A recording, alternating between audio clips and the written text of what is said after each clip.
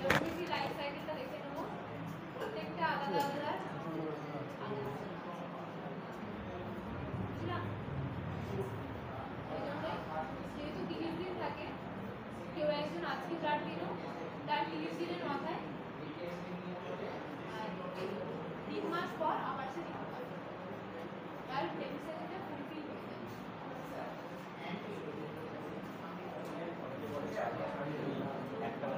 আরেকটু ভালো, আরেকটু ভালো চেহারা কাজটা দেখে অনেক ভালো ঠিকঠাক চেহারা হলে আমি 3 মাস করি।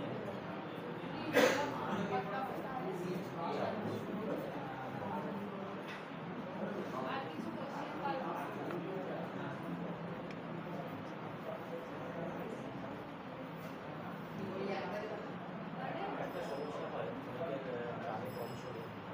হ্যাঁ, এটাও ইয়ের জন্য মানে কম মানে ঝিঝির করে একটা আওয়াজ হয়, ওটাও কিন্তু অ্যাঙ্গেল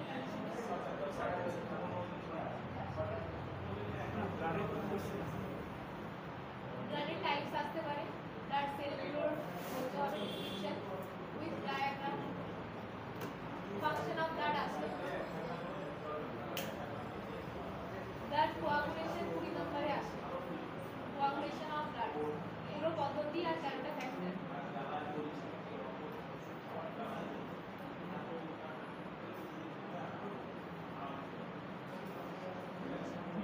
ব্লাড কোয়াগুলেশনে কিন্তু একটা কেমিক্যালের দরকার হয়, ওটা হচ্ছে ক্যালসিয়াম, ক্যালসিয়াম আর পটাশিয়াম কিন্তু রক্ত তঞ্চনে সাহায্য করে, ক্যালসিয়াম আর পটাশিয়াম।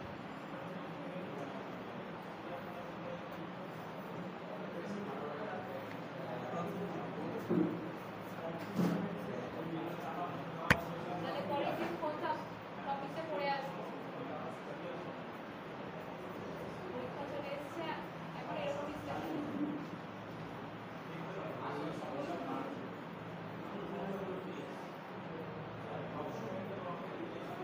পরের দিন কোন টপিক?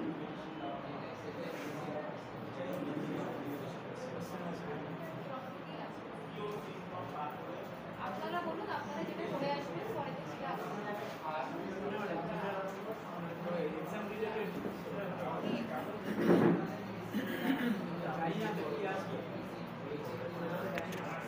বাংলাদেশের কিছু চ্যানেল আছে, পাঠক পাঠিকারা লাফিয়ে যাবে খবর করে, কিছু চ্যানেল আছে লাফিয়ে যাবে খবর করে, আর কিছু চ্যানেল আছে বসে খবর। যারা বসে খবর করে দেখবে তারা খবর পড়তে বসতে অটোমেটিক্যালি পড়তে এই হয়ে যাবে। এটা হচ্ছে সিগনাল, ছবি তলা কেন হয়ে কালো হয়ে যায়, তলা ব্ল্যাক লিঙ্ক চলে আসে, তারপর চলে এসছে না দেখো দেখো এই যে তোমার পাশে ছেলে ফর্সা ব্ল্যাক লিঙ্ক চলে এসছে, ওদের দেখে মনে হচ্ছে একটু ফ্যাটি একটু ক্লান্ত লাগছে। সামকিনো বাইস তো বেশি ভালো, সামকিনো বাইস, সামকিনো বাইস বলে না, চোখ ভিন্ন মতো হয়ে যায়। আমি তো ব্ল্যাক লিঙ্ক এখন তো আইস চোখে কাছে না, এই দুটো মেডিসিন এখন পড়ানো হবে। আমরা কি করবো, আমরা রুটিন অলরেডি করে দিচ্ছি, এই রুটিনেই কিন্তু এবারে ক্লাস রুটিনটা বুঝতে পেরেছো তো? 10টা 15 থেকে 11টা অবধি হবে অ্যানাটমি, 11 থেকে 10 মিনিট 5 মিনিট রেস্ট থাকবে, তারপরে হবে ব্যাকটেরিয়া মেডিকেল, যেহেতু হোমিওপ্যাথিক ব্যাকটেরিয়া মেডিকেল হয়, হোমিওপ্যাথিক মেডিকেল, এটা রুটিন করে না। দ্বিতীয় ক্লাস যেটা হবে সেটা হবে ফার্মেসি। আর সব ময়লা করে যায় না, হোমিওপ্যাথিক ওষুধ থেকে বলছে ওষুধ আছে, সেই ওষুধটা দিলে ইনস্ট্যান্ট কিন্তু হাইড্রোজেন পারঅক্সাইড বলে একটা জিনিস পাওয়া যায়, H2O, জলের মতো, ওটা কারেন্ট দিয়ে দিলে ওটা অক্সিজেনটাকে রিলিজ করবে, পুরো ভিতরে যা আছে ওটাকে পুরো রিজলভ করবে, ওটা একদম থেকে দেবে, থেকে দিয়ে কাদার মতো দেবে, তারপরে ড্রপ দিয়ে দেবে। এই বিষয়গুলো এইগুলো আমরা লাস্ট 3 থেকে 4টি সেশন করতে হবে, এটা কম্বাইন্ড সেশন, এটা রুটিন, ঠিক আছে? হচ্ছে 11টা থেকে 11টা 5-10 থেকে 15 থেকে শুরু হবে তারপরে ফার্মেসি, তারপর হচ্ছে অটোনমাস মেডিসিন কাজ বারোটা মেডিসিন একটা তারপরে মানে 10 থেকে 11টা 11টা থেকে 11:45 থেকে 12টা 12টা আছে ওর নিচে আর আনা যাবে না তার আগে ঠিক আছে আসছি দেখতে পারবো নরমালি সিরায় যে সিমটমগুলো বললাম তাতে সিরার হ্যাঁ কাঁপতে পারে অনেক পরিমাণে grinding of teeth and skimming, sudden skimming.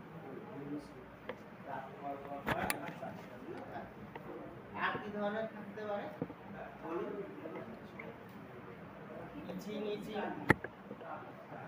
মানে ওই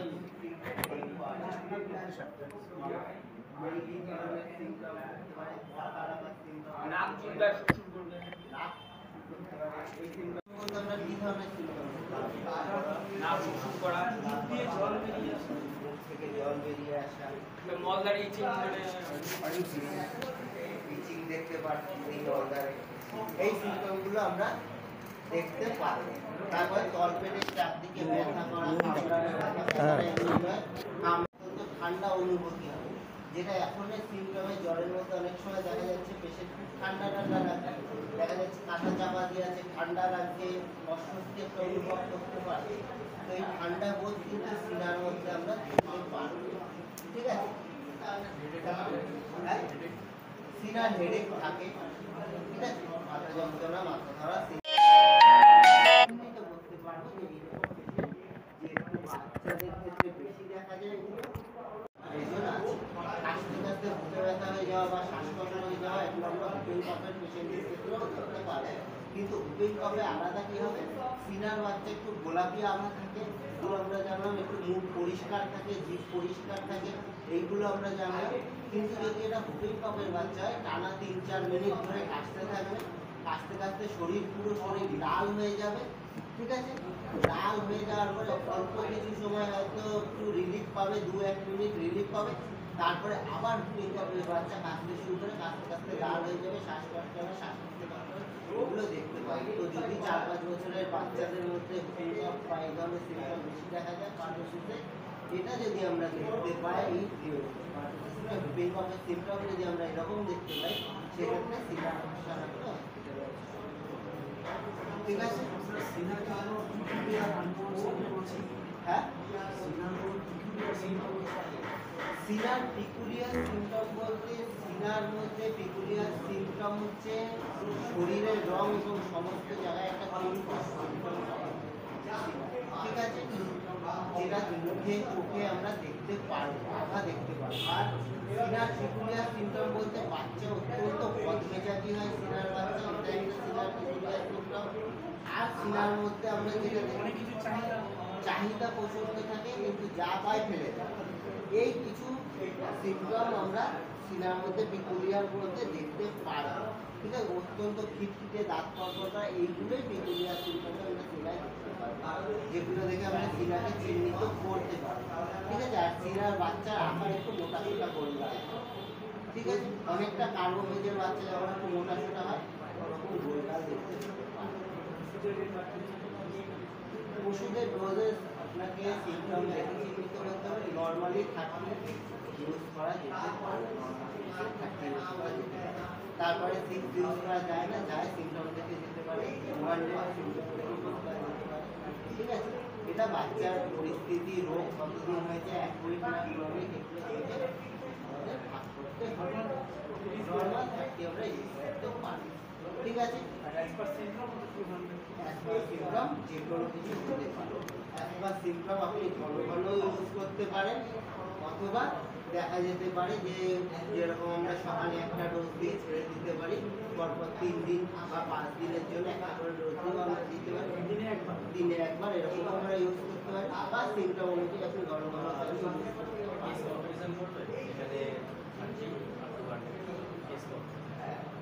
30 আর 200 এর ক্ষেত্রে আমরা যখনই হোমিওপ্যাথি মেডিসিন যে কোনো হোমিওপ্যাথি মেডিসিন আমরা 30 200 এভাবে ইউজ করি আমরা সবসময়ই ভাববো যে রোগটা কি পজিশনে আছে এবং কতটা চলে আছে। যদি রোগটা একটু ক্রনিক পুরনো হয় তাহলে আমরা চিন্তা করবো, তখন আমরা তাকে একটু পোটেন্টাইজ মেডিসিন বা বেশি পাওয়ারের মেডিসিনকেও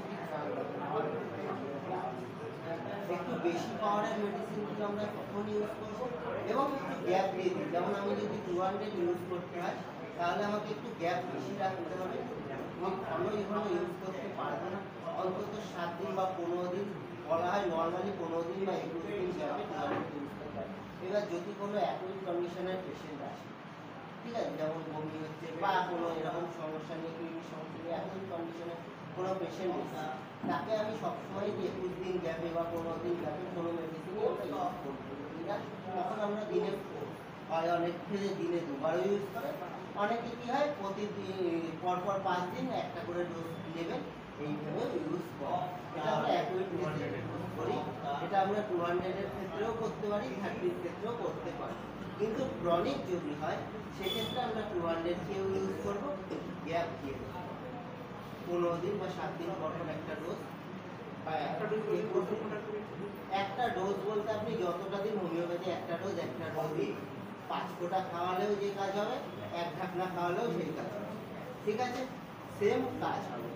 এবার আপনি কন্টেনারে যদি ডিস্টিল ওয়াটারের মধ্যে 5 ফোঁটা ওষুধ মেলান যে কাজ হবে, 10 ফোঁটা ওষুধ মেলালেও সেই কাজ হবে। হোমিওপ্যাথি এই জন্য ওষুধের পরিমাণ হয় ডোজ বলা, ঠিক আছে, আপনি যতটাই দিন কাজ হবে, কারণ যাওয়ার পরে ওর মতো ভাবেই কাজ করবে, ঠিক আছে। ওই সেম সিমটমটা তৈরি করার চেষ্টা করবে, শরীরে একটা সিগন্যাল দেবে যে এরকম সিমটম শরীরে তৈরি হয়েছে, তাহলে এর বিরুদ্ধে আমাদের রোগ প্রতিরোধ ক্ষমতা বা এই ধরনের সিমটমগুলোর বিরুদ্ধে আমাদের লড়াই করতে হবে, সেটা আপনি জলপাই থেকে একটু কাজ করবেন, ঠিক আছে।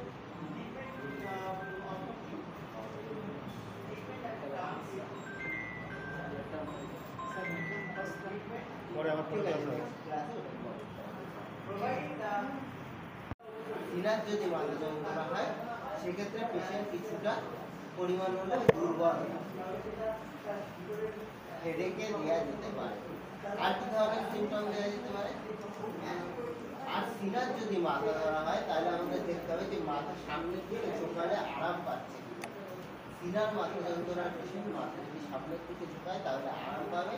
যদি এমনি চোখ বারবার ব্যবহার করে বা কোনো কিছু করার চেষ্টা করে তাহলে সিনার মাথা যন্ত্রণা বৃদ্ধি পেতে পারে, ঠিক আছে। তাহলে হেডেকে যদি আমরা সিনা ধরি এইরকম সিমটম আসলে হবে। মাথা সামনের দিক ঝোঁকালে সিনা একটু আরাম পায়, ঠিক আছে, কিন্তু চোখ ব্যবহার করলে সমস্যা বাড়তে পারে, মানে কোনো কিছু পড়া বা অনেকক্ষণ টিভি দেখা, ফোন ঘাটা, এই ধরনের চোখের উপর চাপ করলে বাড়তে পারে, ঠিক আছে। সিনার পেশেন্টের খিদে কিরকম থাকে? হ্যাঁ, স্ট্রেস হলে হেডেক থাকতে পারে, কিন্তু সেটা সবসময় সিনার জন্য হয়। সিনার যে খাদ্য অভ্যাস বা অত্যন্ত ক্ষুধার্ত, প্রচন্ড খিদে পায় সিনার পেশেন্টের, ঠিক আছে, প্রচন্ড খিদে পায়। কোনো কিছু খাওয়া বা পান করার পরে এদের আবার খিদে পায়, কিন্তু কোনো কিছু খাওয়া বা পান করা কিছু খাওয়ার পরে বমির টেন্ডেন্সি চলে আসে সিনার পেশেন্টের।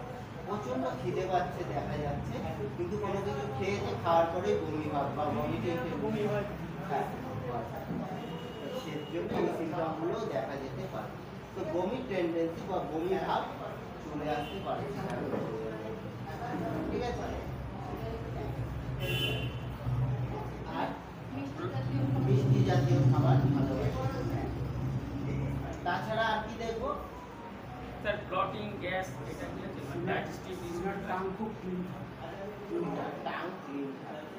ডাইজেস্টিভ সিস্টেমে অতটা প্রবলেম নয়, কিন্তু এদের প্রবলেম দেখা যায় কারণ কৃমি বা এই ধরনের সমস্যা বেশি হওয়ার জন্য, নাহলে ডাইজেস্টে এতটা সমস্যা দিনায় হয় না, হয় অতটাও পরিমাণে বেশি না, ঠিক আছে।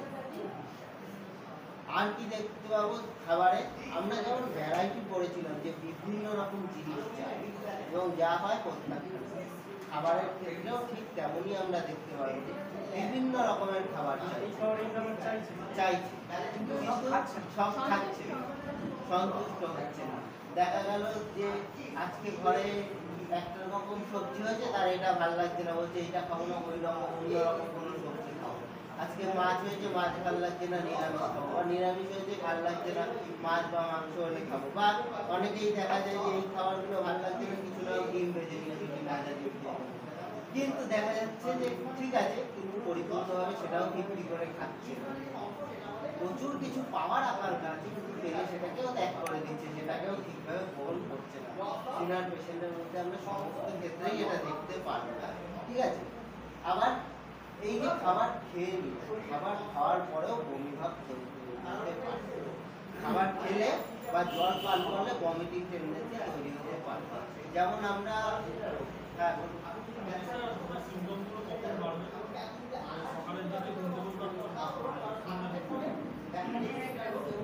সিনাস সিমটমের অ্যাগ্রাভেশন এর ওরকম কোনো নির্দিষ্ট টাইমিং নেই। কিছু মেডিসিনের টাইমিং হয়, কিন্তু সিনাস সিমটমের টাইমিং হচ্ছে খাবার খাওয়ার কিছুক্ষণ পরে বাড়ার টেন্ডেন্সি থাকতে পারে সিমটমগুলো। আর নর্মালি ওরকম কোনো পারফেক্ট টাইমিং নেই, যেরকম টাইমিংয়েই বাড়ে, ঠিক আছে। যেমন আমরা বললাম যে খাবার পরে বমি হয়, তার মানে এই সিমটমটা আমরা নর্মালি দেখতে পাবো যে খাবার খাওয়ার ঘন্টাখানিক পরে বা এর পরে এই বমি ভাব টেন্ডেন্সি তৈরি হচ্ছে। কিন্তু এক্ষেত্রেও আমাদের কিছু জিনিস লক্ষ্য রাখতে হবে। আমরা যখন ট্রিটমেন্ট করছি খাবার পরে বমি ভাব, এই খাবার পরে ভমিটিং টেন্ডেন্সি শুধুমাত্র হোমিওপ্যাথি যদি আমরা থিওরি ধরি, শুধু সিনায় আছে তা নয়। এমন অনেক রোগ আছে যেখানে এরকম সিমটম তৈরি হতে পারে, ঠিক আছে। সেই সিমটমগুলো আমাদের লক্ষ্য করতে হবে। যেমন খাবার সাথে সাথে বমি করে দিচ্ছে, বমি টক হচ্ছে, প্রচন্ড অ্যাসিড হচ্ছে, তার মানে পেশেন্ট সিনার পেশেন্ট হবে কিনা আমাদের ভাবতে হবে। এরকম সিমটম কেন তৈরি হতে পারে? খাবার পরেই মানুষটা বমি করে দিচ্ছে, টক জল উঠছে, বা এই ধরনের সিমটমটা কেন হতে পারে? অ্যাসিডিটির জন্য হতে পারে। সেক্ষেত্রে আমাদের সেই দিকগুলো ভাবতে হবে। যেমন ইপিকাকের ক্ষেত্রে বমি হতে পারে, সেখানে দইয়ের মতো বমি হতে পারে, ঠিক আছে, চাপড়া চাপড়া বমি হতে পারে। বা কোনো বড় রোগের ক্ষেত্রে খাবার পরেই বমি হতে পারে, সেটাও আমাদের খেয়াল রাখতে হবে। যদি খাবার খাওয়ার পরেই কেউ বমি করে দিচ্ছে, তাহলে আমাদের ধরতে হতে পারে তার স্টমাক এরিয়ায় কোনো সমস্যাও তৈরি হতে পারে। স্টমাকে যদি আলসার তৈরি হয়, আমরা খাবার খাওয়ার পরে আমাদের ডাইজেস্টিভ সিস্টেমে আমরা যে খাবারটা খাই, খাওয়ার সাথে সাথে খাবার কোথায় যায়?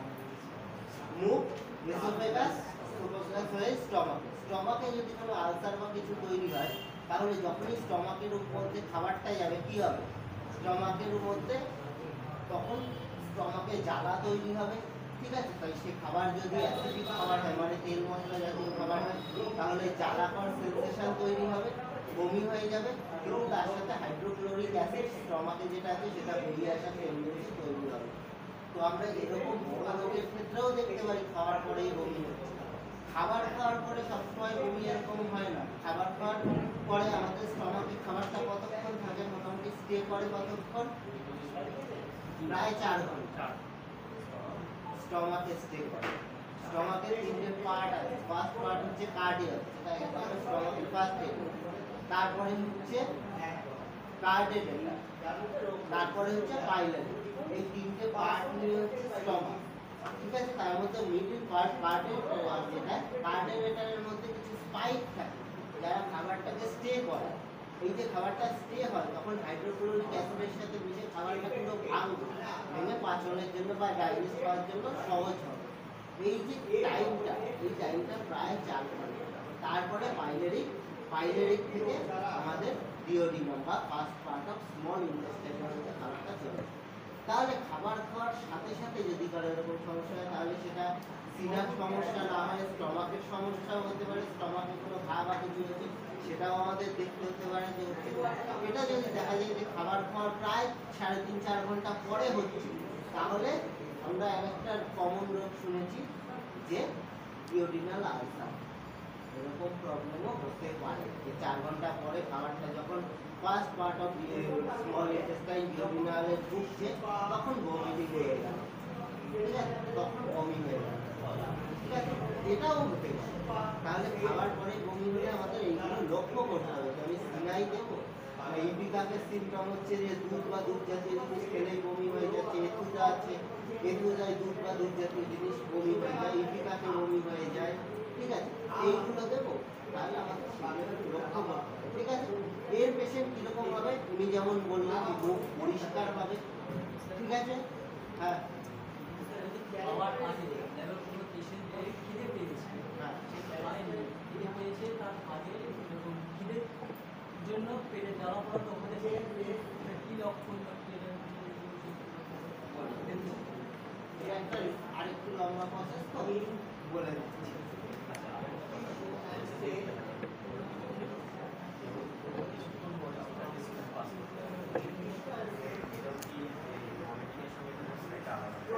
না এটা অনেক লম্বা process। খাওয়ার পরে যে স্টুল খাওয়াটা এটা একটা হ্যাবিটের জন্য হতে পারে, আর একটা হতে পারে ডাইজেস্ট ঠিকভাবে হয়নি তার জন্য হতে পারে। কারণ ডাইজেস্ট হওয়াটা অনেক লম্বা প্রসেস। আমাদের শরীরে ডাইজেস্ট হতে গেলে আমরা যে মুখে খাবারটাকে চাবাই প্রথমে একটা গোলাস তৈরি হয়, মানে বন্ধ হয়ে যায়। তারপরে যেটা আমরা পেটের মধ্যে যখন যাবে ওটা ভাঙতে ওটার ফর্মেশন আবার চেঞ্জ হবে, টাইম তৈরি হয়, যেটা আমরা বমি করলে দেখতে পাই আধ ভাঙা খাবার প্রায়, হ্যাঁ হ্যাঁ টাইম তৈরি। এবার এটা যদি আরও 4 ঘন্টা স্টে করে যায়, মানে এখান দিয়ে আমাদের স্মল ইন্টেস্টাইনে যাওয়ার পরে বমি হয়, তখন সেটা যায় কাইল পার্টে পরিণত হয়। এটা দেখবে একদম যে নরম হয়ে গেছে, জলের মতো হয়ে গেছে, একটু হলদে টাইপের হয়ে গেছে বমি, এটা কাইল। তারপরেও যদি এটা স্টে করে একদম ইন্টেস্টাইনের ফার্স্ট পার্ট, তারপরে গেলাম, তারপরে যেটা হয় তাহলে স্টুলে চলে যায়। কারণ কিন্তু এই প্রসেসটা অনেক লম্বা, খাওয়ার সাথে সাথে স্টুলে যে চলে যাচ্ছে তার জন্য এই প্রসেসের কাজ করছে, ঠিক আছে। তার অনেকটা হবে, আর বাকিটা ডাইজেস্ট আগে খাবারটা ডাইজেস্ট করে না হওয়ার কারণে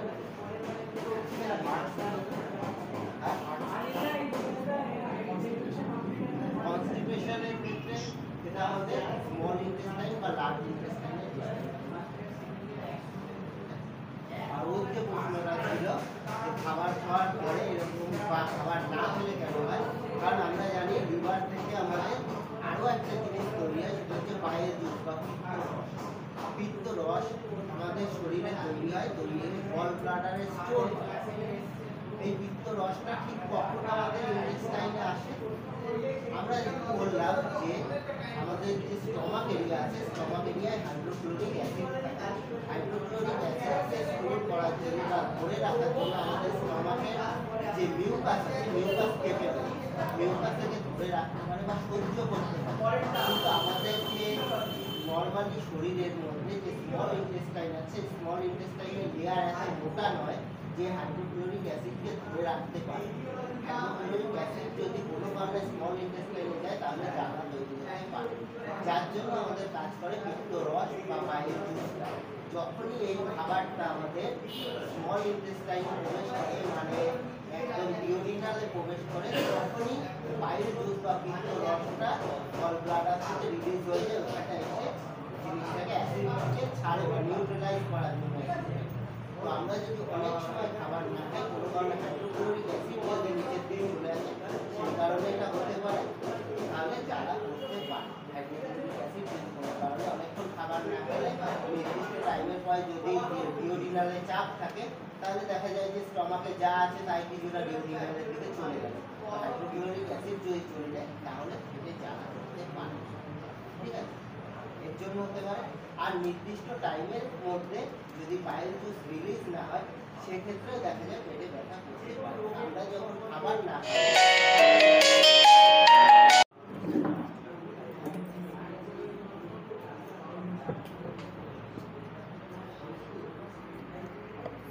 হোমিওপ্যাথিক ফার্মাসি কাকে বলে এটা অলরেডি আমি ঘুরিয়ে দিয়েছি আগেই।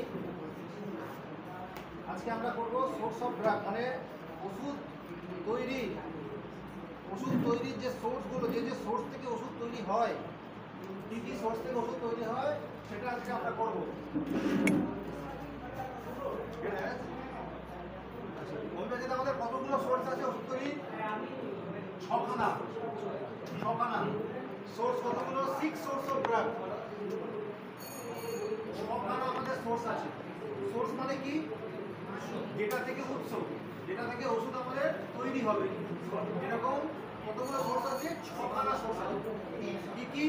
কেউ বলতে পারবে কি কি? একটা একটা করে বলো, একটা একটা। একটা বলো। Vegetable kingdom. Vegetable kingdom.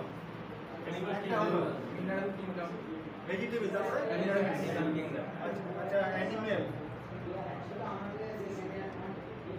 Animal kingdom, তারপরে মিনারেল।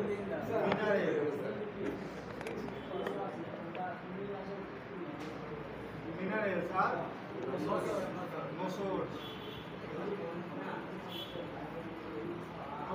আর সার্কোস।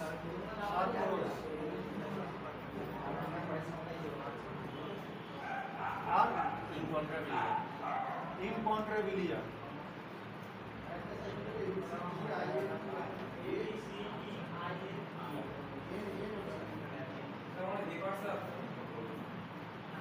এই 6খানা আমাদের সোর্স আছে। আমরা এই 6টা সোর্সের সম্বন্ধে আজকে একটু জানবো, কিভাবে সোর্সগুলো কোথা থেকে পাই, কিভাবে পাই, আর প্রতিটা সোর্সের কি কি কমন ওষুধ আছে যেগুলো আমরা জানতে পারি। পরীক্ষা কিরকম দেবে? ইনকন্ট্রাবিলিয়া। আমি পরে একটা করে বলছি। পরীক্ষায় আমাদের কি কোশ্চেন দেবে? Describe the source of different source of homeopathic drug with example. সেখানে আমাদের লিখতে হবে we have 6 different sources of homeopathic drug। এরকম করে আমরা 1 2 3 4 করে লিখবো।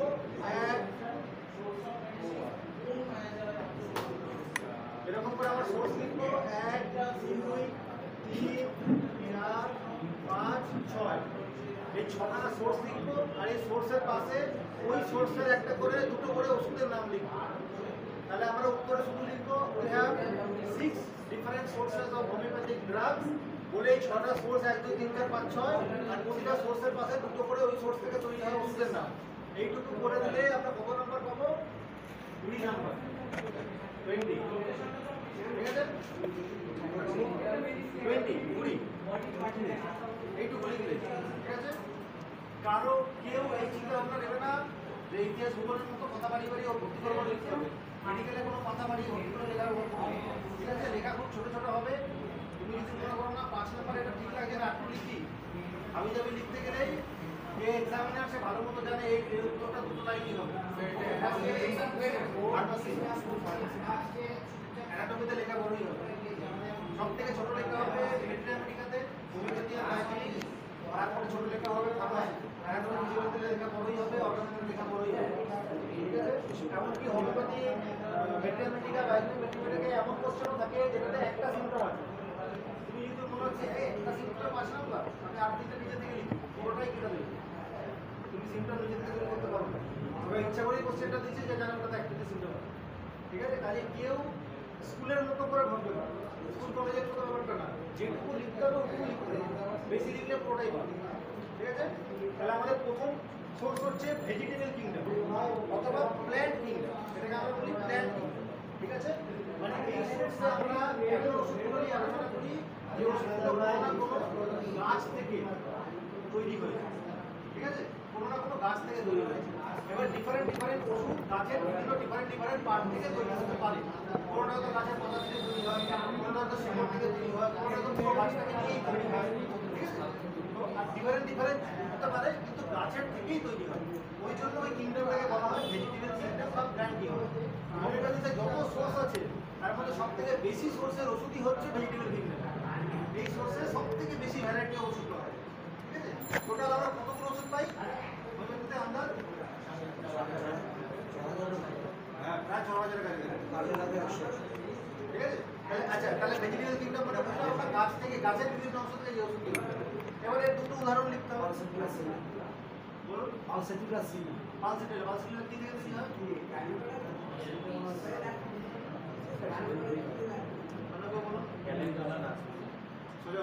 ক্যালেন্ডুলা। ক্যালেন্ডুলা কি? গাঁদা ফুলের মতো দেখতে একটা ফুল, তাহলে ক্যালেন্ডুলা।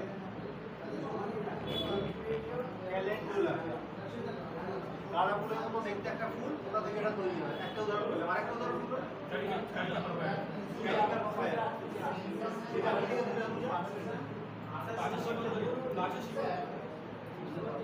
গ্রীষ্ম হলো আরো সোজা ওষুধ ক্যারি করতে পারে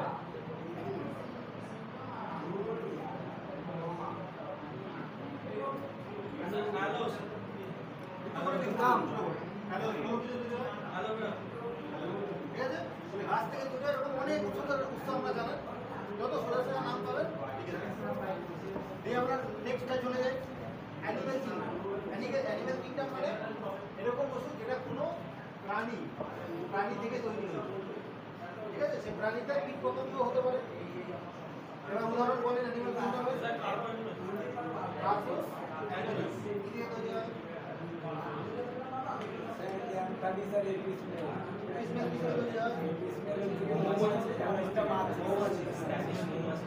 স্প্যানিশ প্রজাতির মৌমাছি থেকে তৈরি হয় এপিসমেল হলো এপিসমেল ক্যান্থারিজ কি থেকে তৈরি হয় ব্ল্যাক ক্যাটাইনা রক্স মিল টেবল সাপের বিষ আর ও কি বলতো ক্যান্থারিজ মাছি এটা বড় বড় টাইপের মাছি অনেক ওষুধ আছে যার যেটা মনে হবে লিখবে ক্যান্থারিজ ঠিক আছে এবার সব থেকে সোজা সোর্স হচ্ছে মিনারেল সোর্স মিনারেল মানে কি খনিজ থেকে যে সমস্ত ওষুধ তৈরি হয় খনিজ মানে মাটির তলা থেকে যেগুলো পাওয়া যায় খনিজের সব থেকে সোজা উদাহরণ কি আমাদের যত বায়োসার আছে সব খনিজ যত আমাদের বায়োসারে যা সব আছে সব আমি এখানে ক্যালকুলেট দিতে পারি আমি এখানে সিপি দিতে পারি আমি এখানে ক্যালকুলেট দিতে পারি আমি এখানে ফেরাম ওয়েট দিতে পারি সব আমাদের যত বায়োকেমিক্যাল আমরা যত জানি সব মিনারেল সোর্সের ওষুধ ঠিক আছে সব মিনারেল স্যার হেগুলা বাবা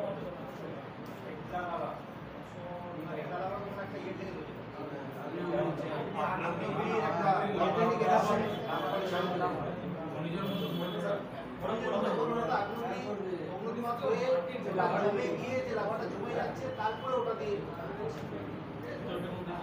ডাইরেক্ট মিনারেল যত আছে magnesium calcium iron phosphorus manganese যা আছে সব কোবাল্ট যত আছে সব ঠিক আছে আচ্ছা 4 নম্বর হচ্ছে মসল মানে মসল কি থেকে তৈরি হয় যে রোগটা হয়েছে সেই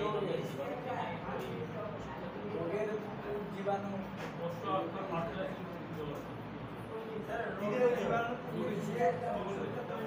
কোনো রোগ যখন শরীরে হচ্ছে সেই রোগাক্রান্ত জায়গা থেকে স্যাম্পলিং কালেক্ট করে সেটা থেকে যখন প্রসেস করা হয় তখন যেটা ওষুধ তৈরি হয় সেটাকে আমরা ওষুধ জায়গা মানে এফেক্টেড এরিয়া থেকে কালেকশন করা যেমন এখন একটা খুব ওষুধ খুব ভালো কাজ করে সেটা হচ্ছে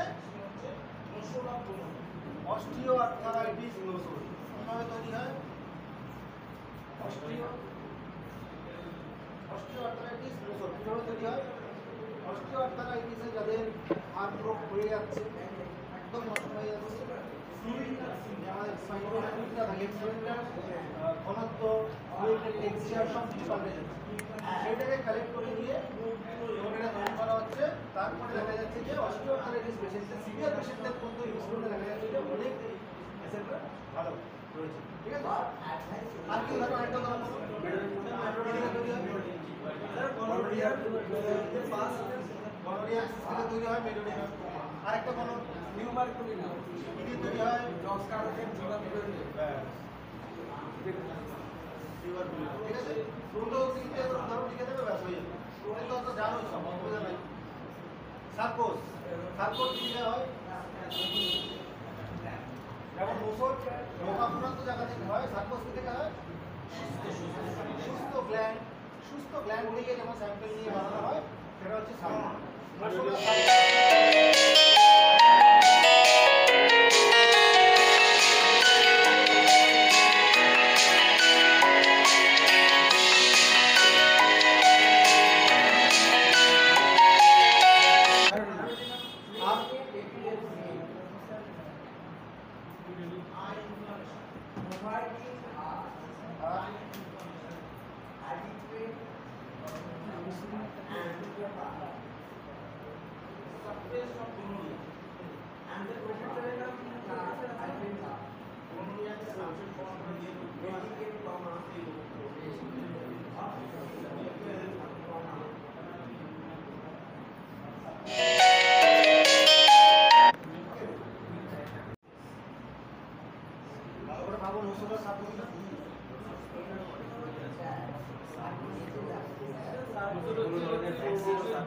জীবনও দিয়ে সাধু হচ্ছে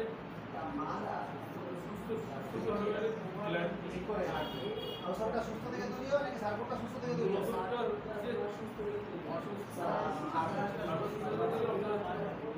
অসুস্থ জায়গায় যে জায়গায় জবটা সার্কোটা হচ্ছে হেলদি। সার্কোটের উদাহরণ কোলেস্টেরোলিনাম, প্যাক্সিডোলিনাম, ঠিক আছে, থাইরোডিনাম, প্যাক্সিডোলিনাম যত আছে এগুলো সব, মানে যত বেসিক্যালি যত গ্ল্যান্ডের ওষুধগুলো প্রবলেম হলো সেগুলো সবই হবে।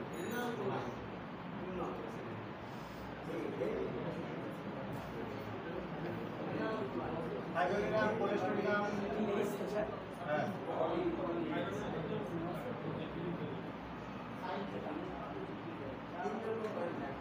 কোলেস্টেরোলিনাম, ঠিক আছে। আর লাস্ট সোর্স হচ্ছে আমাদের ইমকন্ট্রেবিলিয়া। ইমকন্ট্রেবিলিয়া জিনিসটা কি? কি থেকে হয়? প্রাকৃতিক শক্তিকে কাজে লাগিয়ে যে ওষুধগুলো তৈরি হয়, ঠিক আছে। যেমন ওষুধটার নাম কি? লুনা।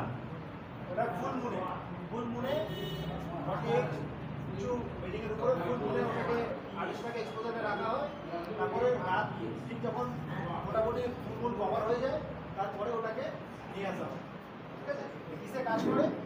যে সমস্ত পেনগুলো পূর্ণিমাতে খুব বাড়ে, অন্য সময় তাও রেঞ্জের মধ্যে থাকে, অসুবিধা হয় না, কিন্তু পূর্ণিমাতে বেসিক্যালি প্রচণ্ড পরিমাণে বাড়ে, সেই কেসগুলো লুনাতে খুব ভালো থাকে। ওরা অবস্থার উপর তৈরি হয় না, ঠিক আছে। তাহলে একটা হলো লুনা, আর এক্স রে, আর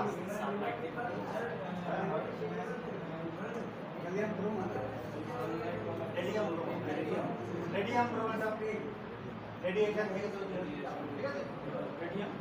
রেডিয়াম ব্রোমেটাম,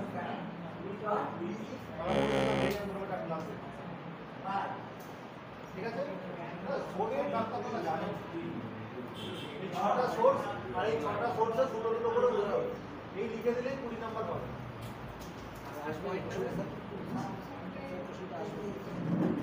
অলমোস্ট প্রতি বছরই আসে, ঠিক আছে। অলমোস্ট প্রতি বছরই আসে, কোনো বছর এখনো পর্যন্ত বাদ যায়, প্রতি বছরই আসে 20 নাম্বার পেয়ে যাবে। এইটা একটা। আরেকটা আছে হচ্ছে ফার্মাসি, ডেফিনেশন অফ ফার্মাসি, আর ফার্মাকোপিয়া। ফার্মাকোপিয়া কি, কোন সালে ফার্মাকোপিয়া বেরিয়েছে, ডেফিনেশন অফ ফার্মাকোপিয়া। এইটা প্রায় সব বছর আসবে, এই দুটো কোশ্চেন আপনারা পাবেন। Definition of pharmacy, definition of pharmacopoeia, pharmacopoeia publishing year. 6 নম্বরটা কি বললেন স্যার? ইনকন্ট্রেবিলিয়া, IF, ইনকন, PON, ড্রে, DRA, ড্রে, LIE, EILLA।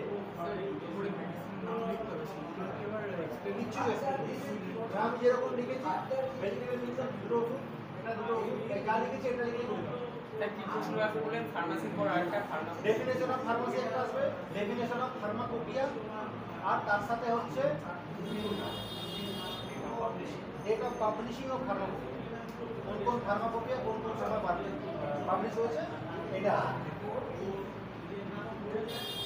এটা ছাড়া, এই 6টা সোর্স ছাড়া এখন আরেকটা সোর্সের ওষুধ প্রুভিং এর হচ্ছে, দু একটা ওষুধ আসছে প্রুভিং স্টেজে আছে, সেটা হচ্ছে সিনথেটিক সোর্স, পলিস্যাকারাইড, তারপরে প্লাস্টিক, পলিমার, এইগুলোর উপর। সেটা লিখতে হবে না, এখন ফার্মাসিতে ইনক্লুডেড না, ওটা এখনো প্রুভিং স্টেজে চলছে। হয়তো আরো 4 বছর 5 বছর পরে গিয়ে হয়তো ওটা ফার্মাসিতে আসবে। ওই সোর্সগুলোর এখন চলছে তৈরি, ঠিক আছে। আমাদের ওষুধের ছিল 6 সোর্স অফ ড্রাগ হয়ে যাবে। আচ্ছা, এরপরে আমরা যে ভেজিটেবল কিংডম বা অ্যানিমেল এই প্ল্যান্ট কিংডমের ওষুধগুলো যেগুলো আমরা বলছি, আজকে আমরা কিন্তু 2 থেকে 3টে আমরা এই প্ল্যান্ট কিংডমের বিভিন্ন সোর্স সেটা আমরা দেখবো যে কিরকম দেখতে। আর্নিকা সবাই ইউজ করছে, আর্নিকা কিরকম দেখতে জানি না, ক্যালেন্ডুলা কিরকম দেখতে জানি না। আজকে এটা মহাবিচার করা হয়েছে, যত আমাদের গাছপালা আছে ওগুলো